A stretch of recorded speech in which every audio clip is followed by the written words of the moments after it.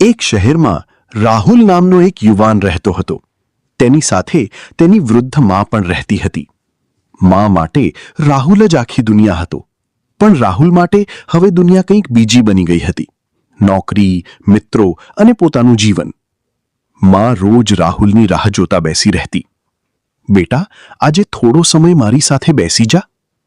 પણ રાહુલ હંમેશા કહેતો, મા, હું બહુ વ્યસ્ત છું, પછી વાત કરીએ. એક દિવસ રાહુલે નિર્ણય લીધો. તે પોતાની માને વૃદ્ધાશ્રમમાં મૂકી આવ્યો. મા આશ્ચર્યમાં પડી ગઈ. આંખોમાં આંસુ સાથે બોલી, બેટા, હું તારી સાથે જ રહેવા માંગુ છું. રાહુલ બોલ્યો, મા, અહીં તમને સારી કાળજી મળશે. હું તમને મળવા આવતો રહીશ. મા કંઈ બોલી નહીં, ફક્ત હળવું સ્મિત કરીને અંદર ચાલી ગઈ. પણ એ સ્મિત પાછળ ઘણું દુઃખ છુપાયેલું હતું. વૃદ્ધાશ્રમમાં મા દરરોજ દરવાજા પાસે બેસી રહેતી. કોઈ આવે તો તરત ઊભી થઈ જતી. કદાચ મારું બેટું આવ્યો હશે. પણ દર વખતે નિરાશા જ મળતી.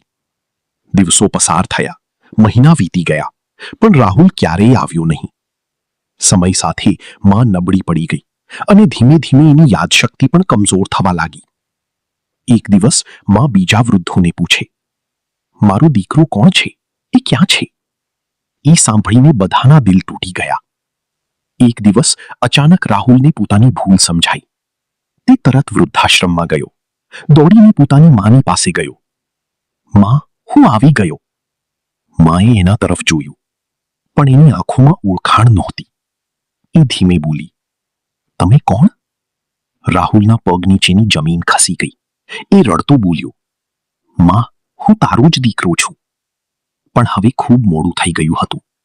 જે મા માટે આખી દુનિયા દીકરો હતો, આજે એ જ મા એને ઓળખી શકતી નહોતી. રાહુલ માની આગળ બેસીને રડતો રહ્યો, પણ હવે એના આંસુનો કોઈ અર્થ નહોતો.